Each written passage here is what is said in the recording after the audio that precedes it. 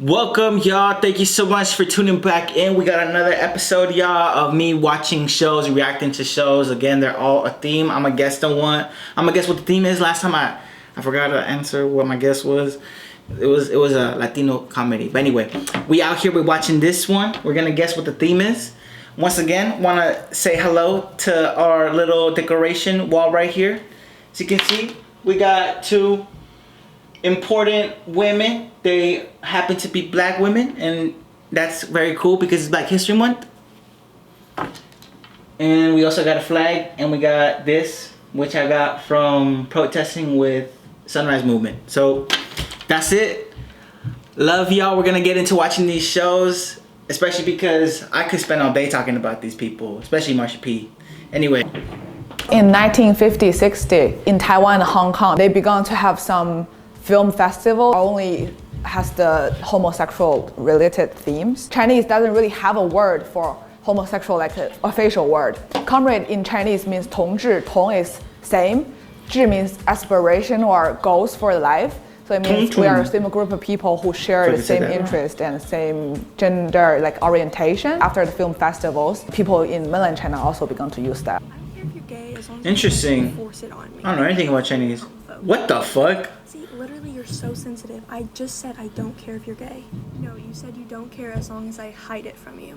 Well, I just hate it when you guys make it your personality. It's not my whole personality, but it is a part of me. And if you want me to hide that part of me, That's crazy. then yes, you're homophobic. That's crazy.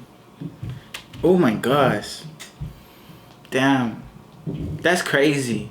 Damn. Being gay is rough. One thing I miss about being in a fraternity is like all the guys were overprotective, but at the wrong times. Like I would tell them about a guy and they would all follow his Instagram, and it's like I was the only fake it in the fraternity. So it's like this guy would get a bunch of follows from all the organizations. By the way he and he'd be talks, like, you know oh, what type of gay he is. But I mean, like, I guess men weren't always bad. It felt good playing. to be valued. Let's clear up some misconceptions about the term non-binary. First, we have to understand that gender as we know True. it today is an That's what I always think about. colonization and imperialism, and it's rooted in xenophobia, misogyny, white supremacy, etc. Before Europe colonized the world, non-white societies were aware of other gender and knew that there was no gender binary. Listen up, Catholics and evangelical Christians. Gender binary is that there are two genders, they're opposites, and there's nothing else. But gender is actually a spectrum, which is why the term non-binary doesn't mean a third gender. That implies that there's a first and second, and that's just not true. The term non-binary is an umbrella term. It encompasses any identity that doesn't conform to the gender binary. Non-binary is a spectrum. Some people are more aligned with men, women, they're right in the middle, or they're fluid. Non-binary does not mean genderless. That's agender. The term non-binary is not new and was not created by Gen Z. Non-binary has existed She's long cute before 'cause she's colonization. Non-binary people do good not have to look 'cause like she's androgynes. smart. Non-binary people express themselves in whatever way they want, and that can include looking extremely masculine or feminine. Non-binary people are included in all sexualities. Excluding a That's non-binary crazy. person simply because they're non-binary is transphobic. Non-binary people do not have to use they, them pronouns. Some people use any pronouns, she, her pronouns, he, Whew. him pronouns. They, them, Man, and those kinds of videos to me are always like kind of stressful because I already know, but it stresses me out because it's like, man, who doesn't know this? And it's like, oh, most people. Yes, hell yeah, very much. Mm-hmm. The male suicide rate There are a also lot of has things that grind my fucking gears about guys pulling out the male suicide rate Never heard of that. when it's a reactionary thing to women talking about the systemic issues that we face. Is one, usually it's just being used to hijack the conversation about Women's women's issues. issues, and it's not really a genuine Male attempt suicide to and talk women's about issues. suicide, because a lot of those people will bring up the male suicide rate, but then clearly haven't done the heavy lifting of thinking about why does that exist.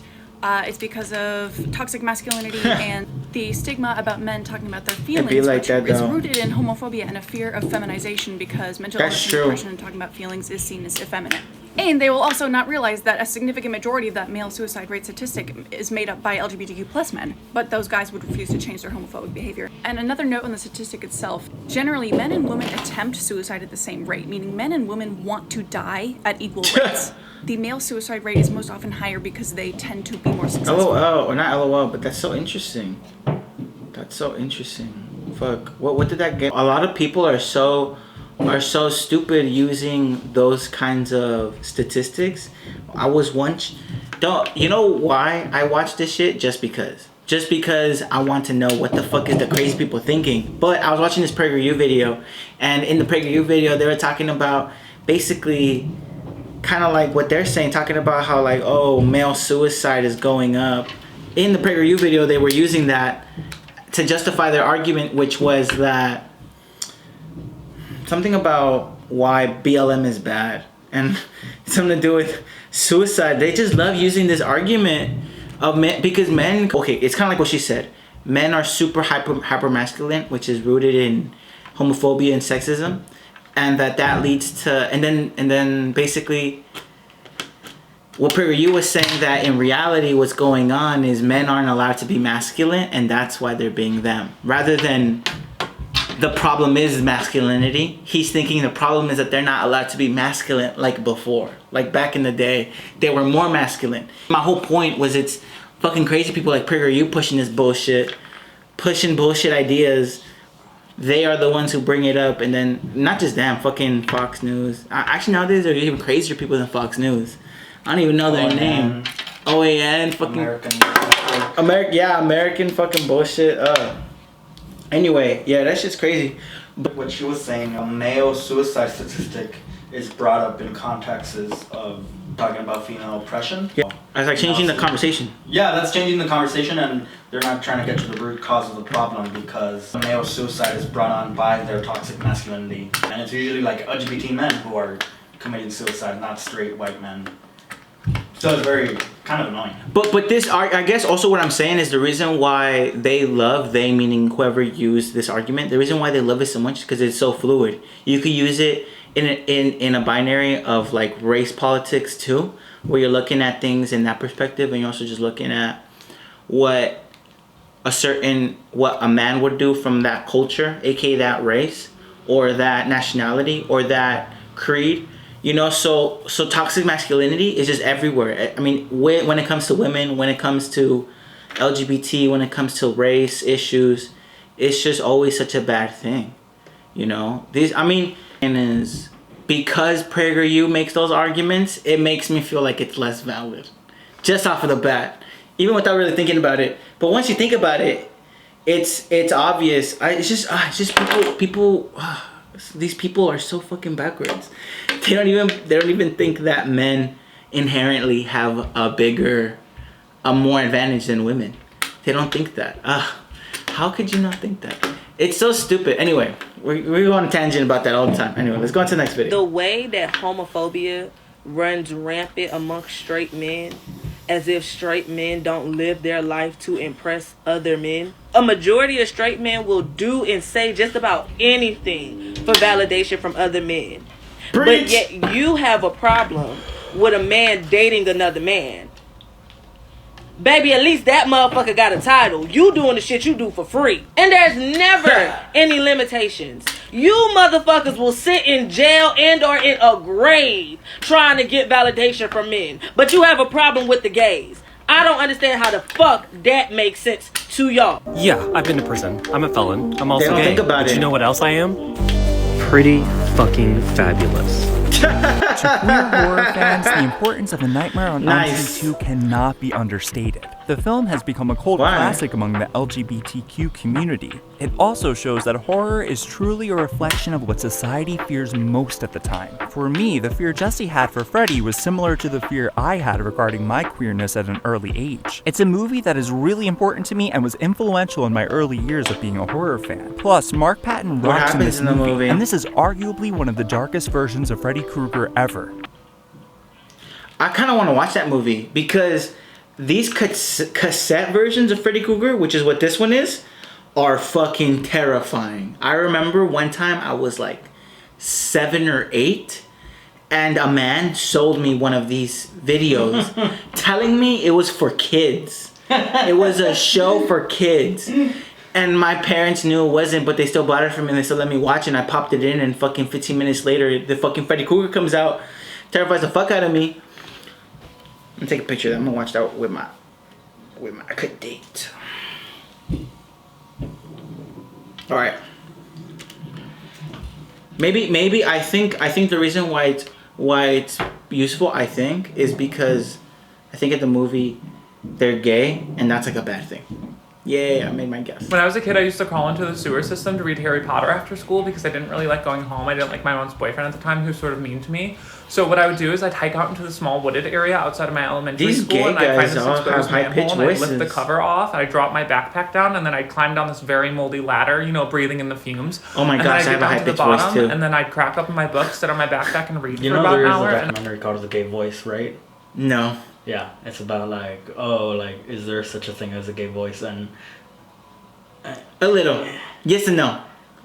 Yes and no. Yes and no. I kept doing this until one day my mom was like, hey, where are you going after school? Because I know intramural basketball is only Monday and Wednesday. And I was like, oh, you know, I'm just reading in the library. And she bought it. Little did she know I was reading in the sewage system. And then the next day I What? went down there, you know, I climbed down the ladder, breathed in the fumes. And then I saw this mound of beer cans and syringes, and I panicked. I got so scared. I was like, oh, I'm going to get murdered. So I scampered back up the ladder, and I have not been Story in the sewage time is system crazy, man. This. Male gender nonconformity is putting something on. What's that? It's wearing a dress or wearing lipstick. Whereas female gender nonconformity Oh, okay, I is get just that. existing in your natural state as a woman. And this is why we need a men's movement.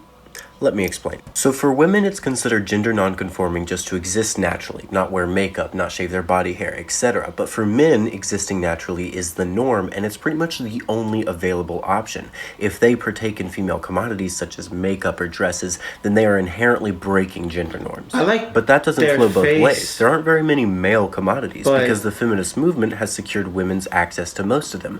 Think of pants, think of suits, think of boots, etc. Kinda confused. Women can wear these things and partake in them with But very I'm little to following, no even though stigma. I'm confused. There's a divide because we haven't yet had a movement that deconstructs and expands what it means to be a man. And doing so would help everyone in so many ways. But for her point, it would help us understand that existing naturally isn't an inherently manly thing.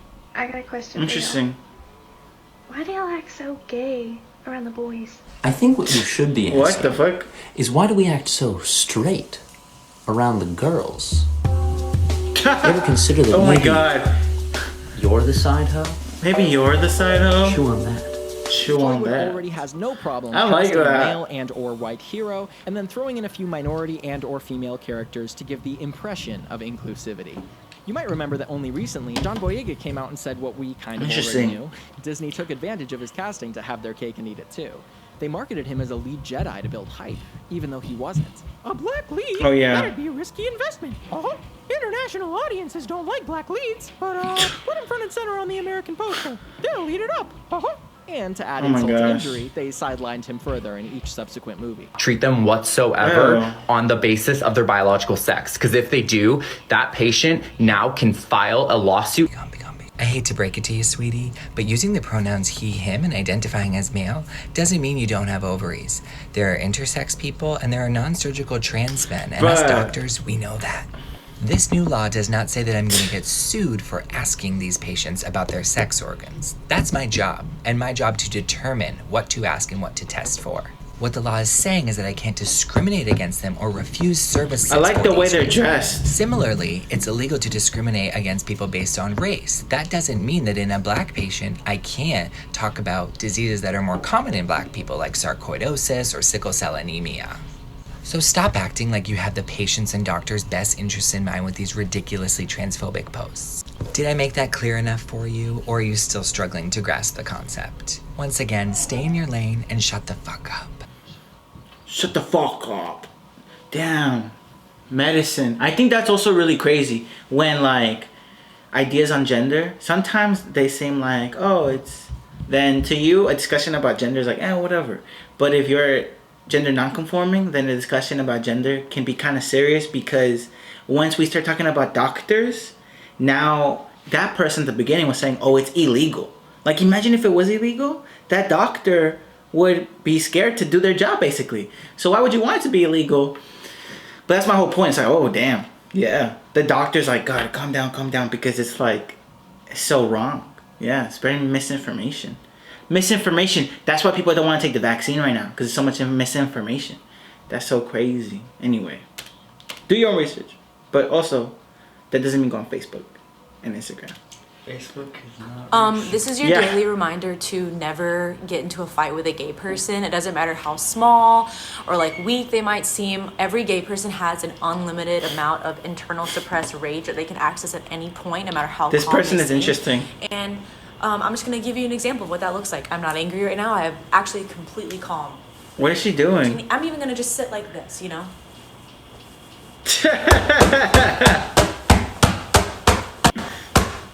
Don't fight gay people. Don't fight gay people. Yeah, don't fight There's gay this people. really interesting I guess sentiment that, that's like been building in a lot of online queer fandom spaces that coming out narratives are played out and it's time for characters to just be queer. And I'm not mad at that conclusion, but I challenge the idea that the reason we're sick of coming out narratives is because of like market saturation. I honestly just think that fundamentally the mythology of coming out is structurally unsound. Like Hollywood constructs coming out as this grand assertion of a settled identity, and it makes sense because it's easy, like fictional shorthand when a character can declare themselves truthfully to the world they've actualized, right? It's just that queer identity is a lot more complicated than that. And in my experience, coming out is like the overture of that identity, not the finale. And positioning it as the climactic thing is so weird. It's like ending the movie when Spider-Man puts on that first shitty pajama costume. Like it captures intent, but it misses all those clumsy experimentations with public versus private expression and the way that the cultural figure of the hero and the agency when they got to the first shitty pajama suit. That's why I laughed. Is literally like transgressive creation. You get to remake yourself in your own image, but these Hollywood motherfuckers are like, I think the most important and meaningful thing about this is that now you can tell the truth to me.